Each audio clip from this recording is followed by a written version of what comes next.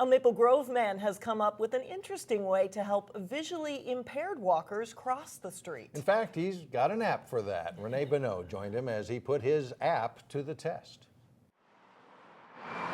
Imagine crossing a busy intersection with nothing to rely on but sound. Gotcha. I can tap it anywhere on the screen? Anywhere on the screen. Sue Jasmine faces that challenge at every crosswalk. It's common for people to get hit. And now that cars are getting even quieter, that's going to be something that you, especially if the drivers aren't paying attention or on their cell phones or, doing their makeup, it's going to be more and more common that it'll be harder to hear the cars. Some intersections have an accessible pedestrian signal. 21, 20. But some people say the buttons are hard to find and the audio hard to hear. We decided maybe we can provide a signal information to the visually impaired through the smartphone.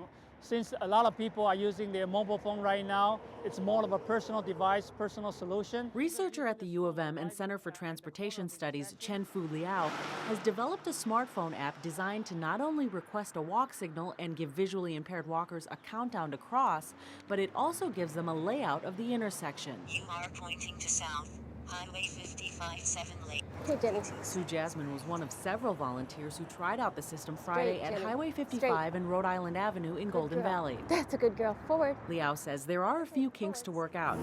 Jasmine and others complain the audio was hard to hear over traffic, but she says she's encouraged by the test run. We deserve the same ability to gauge the traffic lights as anybody. Liao says it'll be years before we see his system widespread throughout the Twin Cities. His ultimate goal is to develop an app that gives the visually impaired turn-by-turn directions using his crosswalk system as a main component. In Golden Valley, Renee Bonneau, 12 News.